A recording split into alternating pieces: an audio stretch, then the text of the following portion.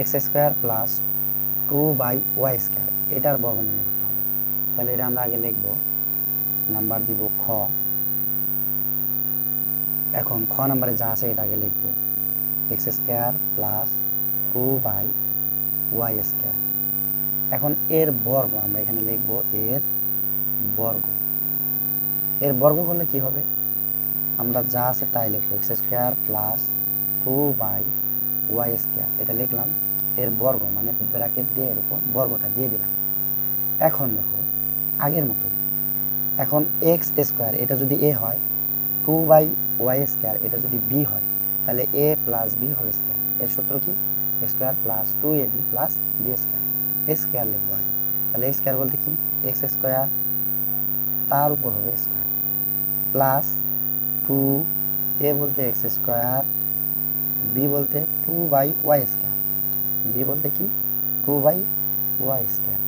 তাহলে A square plus 2ab plus B square, B বলতে কি 2/y²। তাহলে 2/y² লিখবো, তার উপর হবে স্কোয়ার। এরপর সমান দিব, দেখো এখন এক্স এর পাওয়ার আছে 2, তার উপর কিন্তু স্কোয়ার আছে, তাহলে পাওয়ারের উপর পাওয়ার থাকলে এগুলো গুণ হয়। তাহলে আমরা এক্স আছে এক্স লিখবো, এরপরে পাওয়ারগুলো গুণ করে দেবো, 2 আর 2 গুণ করে দেবো, 2 2 4, এই প্লাস প্লাস। এখন দেখো এইখানে এই 2x² 2/y² সব কিন্তু গুণ হিসাবে আছে, গুণ। এখন যদি আমরা গুণ করি, এইখানে 2 উপরের সংখ্যা, x² এর উপরের সংখ্যা, এই 2 কিন্তু উপরের সংখ্যা, এই উপরের গুলো গুণ করে দিই। তাহলে 2 আর এই 2 যদি গুণ করি কত হবে, 2 2 4, তার সাথে আছে x², এই হলো x²। নিচে কি থাকে, y², নিচে থাকে y², এই প্লাস প্লাস।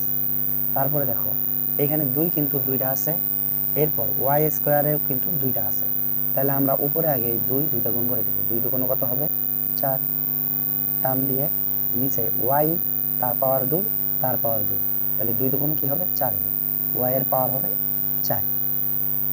তো আশা করি বুঝতে পারছো, এটাই কিন্তু হবে আমাদের অ্যান্সার।